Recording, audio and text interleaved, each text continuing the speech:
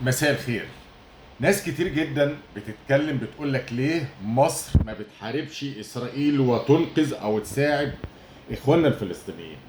اولا، اغلب اللي بيتكلموا من الدول العربية، وكل الدول العربية 99% منها فيها قواعد عسكرية غربية وامريكية هتقصف مصر من داخل هذه الدول. انت الاول قبل ما تتكلم مشي القواعد الأمريكية والأوروبية من بلدك، وبعد كده اتكلم عن مصر. كده مصر هتحارب.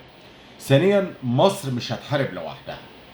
مصر على استعداد. دعموا مصر، دعموا اقتصاد مصر، دعموا تموين القتال، ومصر هتقاتل ومصر هتحارب وهي قد الدنيا كلها.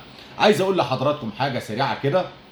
امبارح جت غواصة، أكبر غواصة نووية أمريكية على مستوى العالم، جت في البحر الأبيض، شرق البحر الأبيض، على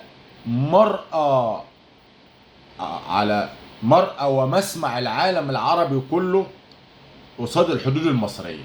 جاية لمين؟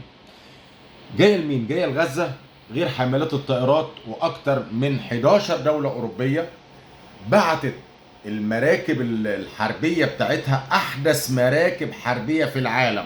جاية لمين؟ أكتر من 51 مركب حربي مقاتل، بوارج حربية أقوى وأحدث حاجة في العالم جت في البحر المتوسط. جاية لغزة. جاية لمين؟ جاية للعرب وجاية لمصر. مصر لو حاربت لوحدها هترجع 50 للعصر الحجري، 50 سنة ورا واكتر للعصر الحجري. احنا عايزين اخواتنا معانا.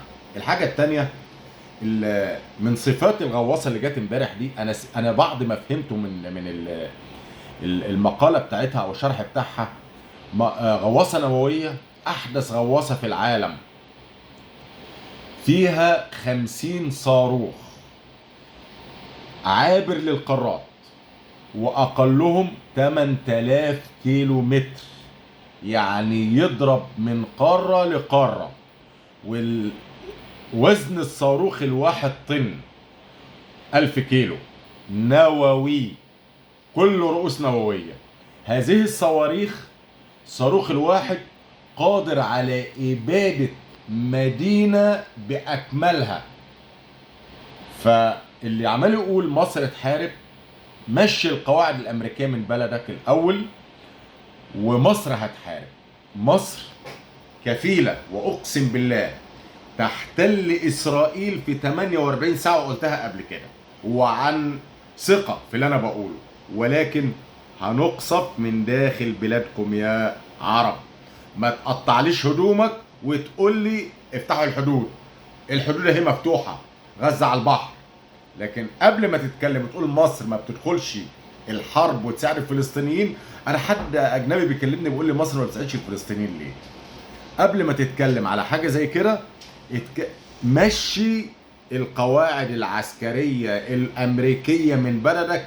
لان لو قامت الحرب، انت ولا القائد بتاعك ولا الامير بتاعك ولا الزعيم العربي بتاع الدوله دي يستطيع ويجرؤ انه يعني يوقف تحركات هذه القواعد وقصف مصر من داخل البلاد المسلمين.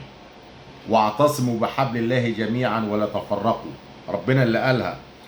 اليهود اعتصموا علينا احنا، اللي احنا ما عملناهوش، اللي وصانا بيه ربنا سبحانه وتعالى وانزله في قرآنه الكريم، هم عملوه.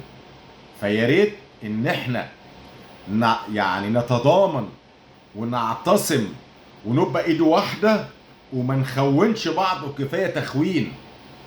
احنا في خريطه لتغيير الشرق الاوسط، اسمه الشرق الاوسط الجديد، واللي بيعملوه هنجبر عليه.